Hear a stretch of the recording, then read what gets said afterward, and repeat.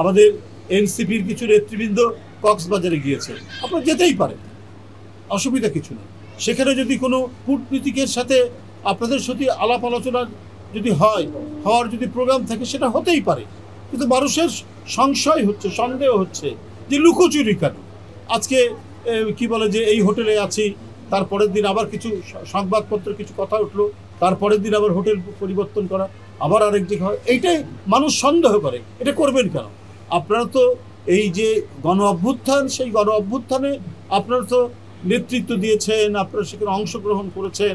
জনগণ চায় এই যারা গণতন্ত্র ফেরানোর আন্দোলনে যারা কাজ করেছে তাদের প্রত্যেকটি ক্ষেত্রে স্বচ্ছতা থাকে। কিন্তু আজকে জনমনে আপনারা কেন সুযোগ তৈরি করে দিচ্ছেন? কেন আপনাদের নিয়ে বিভিন্ন কথা উঠছে? আপনারা যে কোনো কাজেই যেতে পারেন, যে কারোর সাথেই সাক্ষাৎ করতে পারেন, সভা-সভা করতে পারেন, ওটা প্রকাশ্য জানিয়ে দিন, সেটা আপনারা মিডিয়াকে বলেন, তাহলে তার কোনো প্রশ্ন আসে না। এই লুকোচুরি করলে তো মানুষ নানা ষড়যন্ত্র, মানুষ নানা ধরনের এখান থেকে নানা কাহিনী রচিত হবে। এইটা হওয়া উচিত না।